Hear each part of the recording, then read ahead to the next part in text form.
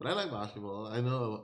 Rumors say Trae Young would be open to a trade, and DeMarcus Cousins is cheering him on. If I'm Trae Young, I'm getting out as soon as I can. The situation I'm afraid of with Trae Young is he'll remain there too long, and then all of a sudden he becomes the villain. He's the scapegoat. And I know how these organizations work. Once things start to crumble, once things start to fail, the blame game starts. It usually starts with the coach first, then it's the player's fault. Oh, but I disagree, Boogie. A lot is on Trae, but the front office is much more to blame.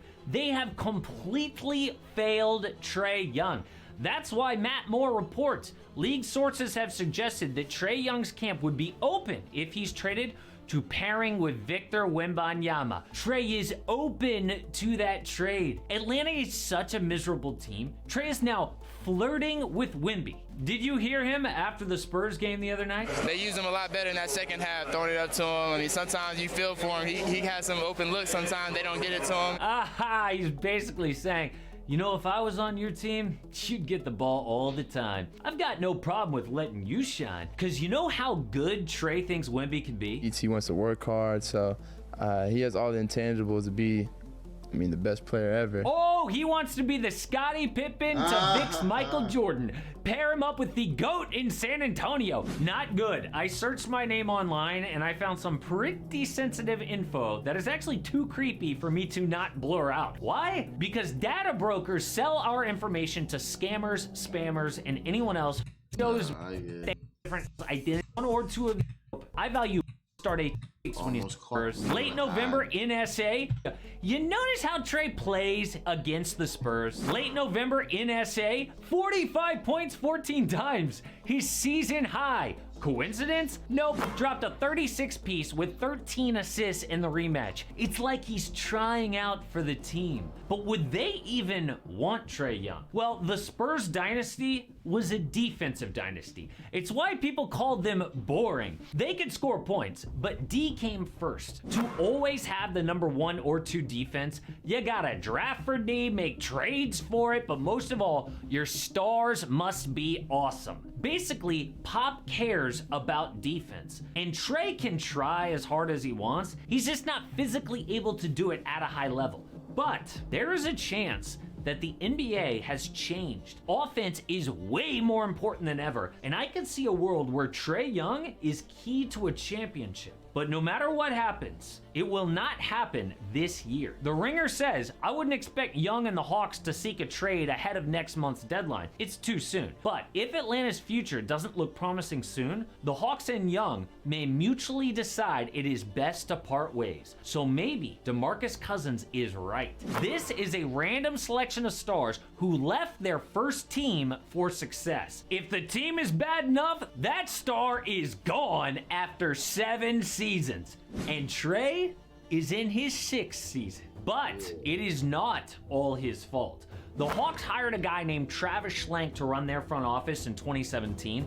He came from the Golden State Warriors, which explains why he dealt Luka for Trae on draft night. Schlenk thought Trae was the next Steph Curry to build around. Steph led all of college in points. Trae led in points and assists. In Trae's rookie season, he outperformed Steph in almost every category on fewer minutes, 2 years younger. Steph's rookie team had 26 wins, Trae's 29. So the mission was clear. Build around your star point guard. So Atlanta went to work in the draft, just like the Warriors. In 2019, a blockbuster trade up to 4th for DeAndre Hunter. Maybe a reach with Darius Garland at 5, but Hunter's defense was built for Trae Young. Then at 10, they took Cam Reddish, another wing defender. The youngest player in the draft, perfect for their patient approach. That year, Trae became an all-star starter, but the losing was getting to him. After dropping 11 of 13 games, he was emotional in the locker room. Shams reported, one high-ranking team official was seen telling Young that the team would be getting him some help on the roster soon. So that summer, with a ton of cap space, they abandoned their draft-slow approach. Atlanta signed Rajon Rondo, Bojan Bogdanovic, and Danilo Gallinari to huge contracts. But after a 14-20 start, they fired Coach Lloyd Pierce.